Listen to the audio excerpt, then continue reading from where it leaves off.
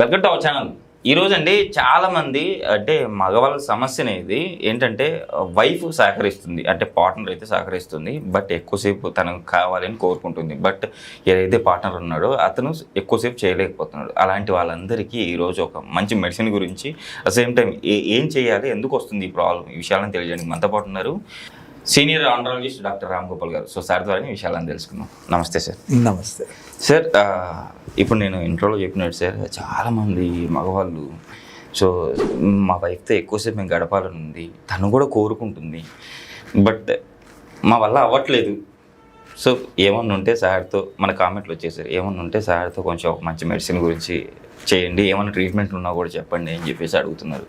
So ఏం చేయాలి sir timing పెంచుకోవడానికి? ఎక్కువ టైంలో చేయాలన్న ఆలోచన ఇవాళ వచ్చిన కొత్త ఆలోచన కాదు. Okay sir. సివిలైజేషన్ స్టార్ట్ అయిన కాలం నుంచి, రాతి యుగం, ఇనుప యుగం నుంచి కూడా ఈ ఆలోచనలు ఉన్నాయి.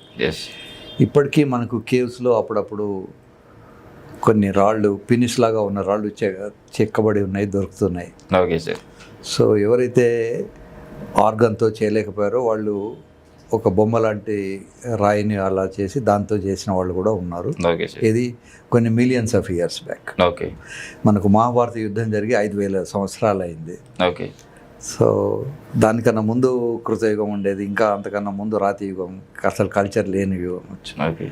సో అప్పటి నుంచి కూడా మగవాళ్ళకు చేయాలన్న అపేక్ష, చేయాలన్న కోరిక, చేయలేకపోవడము, ఇవన్నీ కూడా ఉన్నాయి.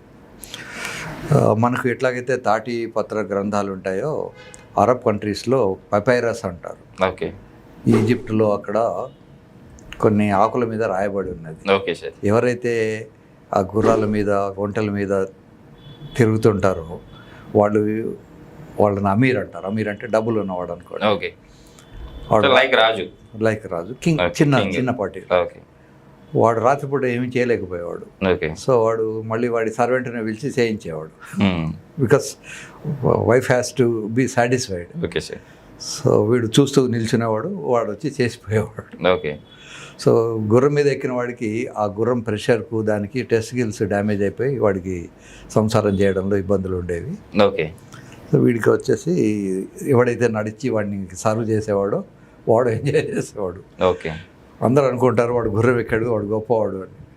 అల్టిమేట్గా ఎవడైతే సర్వ్ చేశాడో ఉంటుంది వాడు గుర్రం ఎక్కుతున్నాడు. సో మనందరికీ ఒక విచిత్రమైన ఆలోచన ఏంటంటే ఏం తినాలి అని, ఏం తినకూడదు. ఇప్పుడు అడవిలో పులి ఉంటుంది, జింక ఉంటుంది. ఎప్పుడైనా ఏ పులైనా ఒబేస్గా ఉన్న పులిని మనం చూస్తామో? చూడలేము. జూలో చూస్తే చూడొచ్చు, కానీ అడవిలో సహజంగా జరిగే జంతువు, ఏ జంతువు కూడా ఒబెసిటీ ఉండదు. Okay sir. సిటీకి వచ్చేసరికి సిటీలో ఓనరు, వాడి కుక్క, వాడి పిల్లలు అందరూ ఓబీస్ టుమ్గానే ఉంటారు. Okay sir. ఈ obesity is one of the negative points for the ఎక్కువసేపు చేయాలనుకోవడం. Okay sir. So first thing is బరువు పెరగకుండా చూసుకోవాలి. ఓకే. ఇదొక తపస్సు లాంటిది. అందరూ అనుకుంటారు రాత్రి 10:30 నుంచి 10:30 నుంచి 10:35 లోపల అయిపోతుంది అని. కాదు. Okay sir. ఇది మార్నింగ్ లేచినప్పటి నుంచి రాత్రి పడుకునే వరకు, మళ్ళీ తెల్లవారి గురించి ఈ రాత్రి ఆలోచించుకొని, ఇది ఒక పెద్ద తపస్సు. Okay sir.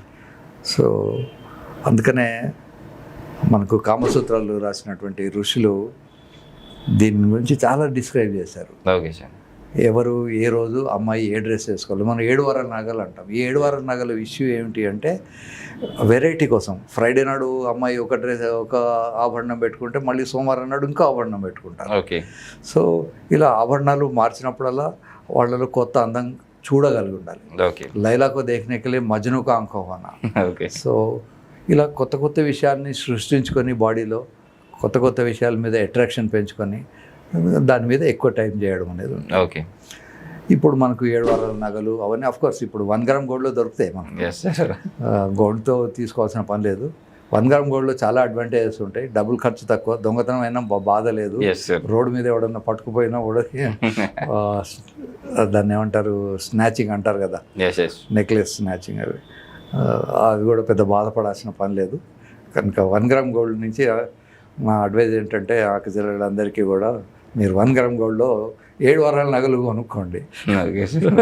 గోల్డ్ కొనుక్కోండి, గోల్డ్ లాకర్లోనో ఎక్కడైనా డీసెంట్గా దాచుకోండి. Okay sir.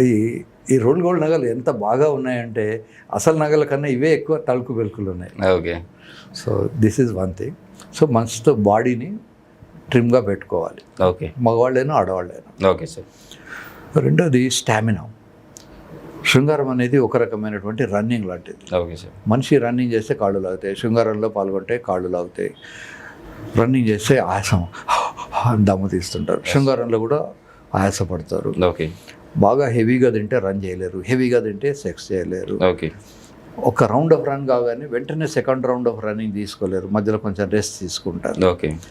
సో ఎవరైతే ఒక 20 నిమిషాలు నాన్ స్టాప్ రన్ చేయగలరో వాళ్ళు 5 మినిట్స్ చేయగలరు. 1/4 మన స్టామినా 1/4 మాత్రమే వాళ్ళు అమ్మాయితో స్పెండ్ చేయగలరు. ఓకే. ఒక గంట సేపు మీరు జిమ్లో ఎంత కష్టపడతారో ఒక 5 మినిట్స్ శృంగారం చేస్తే కూడా మీకు అంత బెనిఫిట్ వస్తుంది. ఓకే. జిమ్లో ఏమిటంటే బోర్డం, అందులో ఊరికే చేతులు ఇలా అనుకోవాలి, మహా అయితే మన అద్దంలో మన మొహం చూసుకొని మన చేతులే ఓ బాగున్నాయి అని అనుకోవాలి. ఓకే. ఇక్కడ పక్కన అమ్మాయి ఉంటుంది కనుక ఆ enjoyment is totally different. Okay sir. So నా సలహా ఏంటంటే first weight reduction, second thing is stamina. Okay. తర్వాత తినాలి కానీ అవసరానికి మించి తినకూడదు. ఓకే. ఎవరికైనా పొట్ట వస్తున్నది అంటే అర్థం ఏమిటి అంటే వాడికి అవసరానికి మించి లోపలికి వెళ్తుంది. ఓకే.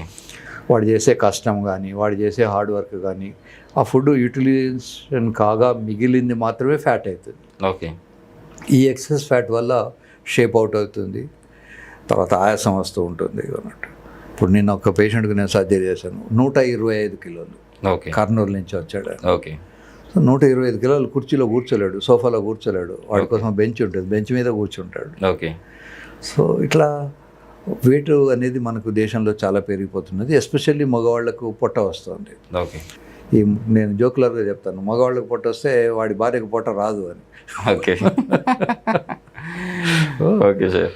సో మన మాననీయ ప్రధానమంత్రి గారు ఈ మధ్య నేను ఒక టీవీలో వారి స్టేట్మెంట్ విన్నాను. ఓకే. మగవాళ్ళందరికీ కొంచెం పొట్ట తగ్గించుకోండి, ఆయిల్ కన్జంప్షన్ 1/3 తగ్గించుకోండి, అసలు కొనడమే షాప్ నుంచి తెచ్చుకోవడమే తక్కువ తెచ్చుకోండి అని వారు సలహా ఇచ్చారు. Okay sir. సో దేశం మొత్తం మీద ఈ ప్రాబ్లం పెరుగుతోంది. సో మన దురదృష్టం ఏంటంటే మనది ట్రంకల్ ఒబెసిటీ అంటారు. ఇప్పుడు వెస్టర్న్స్ ఒబెసిటీ ఏమిటంటే మొత్తం కాళ్ళు చేతులు అన్నీ కూడా బలంగా పెరుగుతాయి, పెద్దగా ఉంటాయి. ఓకే. మన వాళ్ళకి అంతా ఏముండదు, వాడికి అంతే ఉంటుంది, పొట్ట మాత్రం ఇలా పెరుగుతుంది, ట్రంకల్ ఒబెసిటీ. Okay sir. ప్రతి ఇంచ్ పొట్ట పెరిగినప్పుడల్లా వాడికి కొన్ని సంవత్సరాల ఆయుర్దాయం తగ్గిపోతుంటుంది. ఓకే. సో జీవించే కాలం తక్కువ ఉంటుంది, తర్వాత వ్యాధులు, హార్ట్ అటాక్లు ఇవన్నీ ఎక్కువ వస్తుంటాయి. ఓకే. సో వాడు సుఖంగా ఉండలేడు, వాడి ఫ్యామిలీ మెంబర్స్ను వాడు సుఖపెట్టలేడు. ఓకే.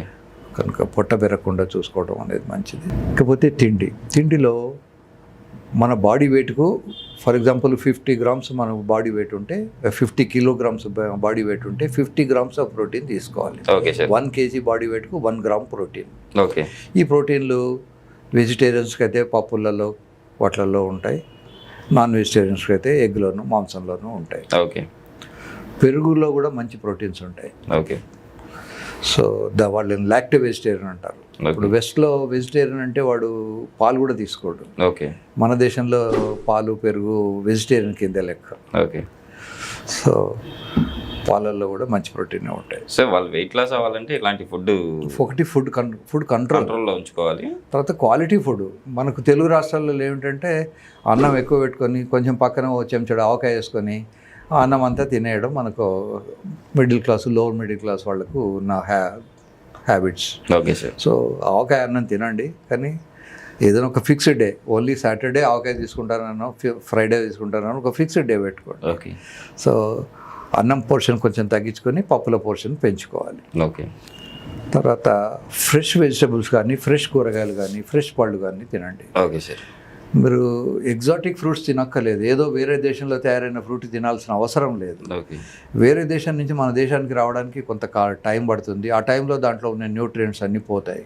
ఓకే. కనుక మీ లొకాలిటీలో పెరిగే పళ్ళు, మీ లొకాలిటీలో పెరిగిన కూరగాయలు. ఈ మధ్య కొత్త కల్చర్ ఒకటి వచ్చింది, ఫామ్ ఫ్రెష్ అని. హస్బెండ్ అండ్ వైఫ్ అటు వీకెండ్స్లో ఒకసారి కార్లో ఊరవతలకి వెళ్తే అక్కడ ఫామ్స్ ఉంటాయి, వీళ్ళే వెళ్ళి చెట్టు మీద ఉన్న కూరగాయలని కట్ చేస్తే తెచ్చుకుంటారు. ఓకే. సో వాటిని ఎక్కువ రోజులు ఫ్రిడ్జ్లో పెట్టుకోకుండా వాడుకోవాలి. Okay sir. ఇప్పుడు ఫర్ ఎగ్జాంపుల్ మనకు యాపిల్స్ ఉంటాయి, యాపిల్స్ చూడడానికి బాగుంటాయి, రెడ్ కలర్ ఉంటుంది, టెంప్టింగ్గా ఉంటుంది. అయ్యో ఇది రెడ్ కలర్ది, ఇది తింటే మనకు బాగా బలం వస్తుంది. దురదృష్టవశాత్తు కార్బోహైడ్రేట్ పార్ట్ ఎక్కువ ఉంటుంది. ఓకే. మనకి ఎక్కడి నుంచో కాశ్మీర్ నుంచి హైదరాబాద్కి వచ్చి, హైదరాబాద్లో ఏజెంట్స్ దగ్గర నుంచి మళ్ళీ మామూలు షాప్స్కి వచ్చి మనం కొనుక్కొని మనం తీసుకొచ్చి ఫ్రిడ్జ్లో పెట్టి మళ్ళీ కట్ చేసి మన ప్లేట్లోకి వచ్చి మన నోట్లోకి వచ్చేసరికి 1 వీక్ అవుతుంది. దాంట్లో అది గడ్డి కన్నా దరిద్రం, ఓకే. అందులో ఏమీ ఉండదు. ఓకే. ఇలా కాకుండా ఫ్రెష్ తెచ్చుకోవాలి. తర్వాత ఈ కెమికల్స్ అన్నీ కూడా డ్యామేజింగ్. ఫర్ ఎగ్జాంపుల్ మనం కెమికల్ ట్రీట్ చేయని అరటిపండు మనకు దొరకదు. ఓకే. ఇప్పుడు గ్రీన్ కలర్ బఠానీ ఉంటుంది, తెచ్చుకొని బకెట్లో వేస్తే బకెట్ అంతా గ్రీన్ కలర్ అవుతుంది. కారం తెచ్చుకుంటే మీరు బకెట్లో వేసి చూడండి, ఆ రెడ్ కలర్ అంతా పోతుంది కారంలోంచి. మనకు ప్యూర్ మిర్చి దొరకడం కష్టం. కనుక బెస్ట్ అడ్వైజ్ ఏంటంటే మీరు రా ఫుడే కొనుక్కోండి. మీరు కారం కావాలనుకుంటే మిర్చి కొనుక్కోండి, వాటిని మరబట్టించుకోండి. పసుపు కావాలంటే పసుపు కొమ్ములు కొనుక్కోండి, వాటిని మరబట్టించుకోండి. అంతేగాని రెడీమేడ్ తెచ్చుకోవడం అలవాటు చేసుకోండి. మన దురదృష్టవశాత్తు మన సొసైటీ ఏమిటంటే మన ఫుడ్ కూడా మనం వంట చేసుకోవడం మానేసాము. Okay sir.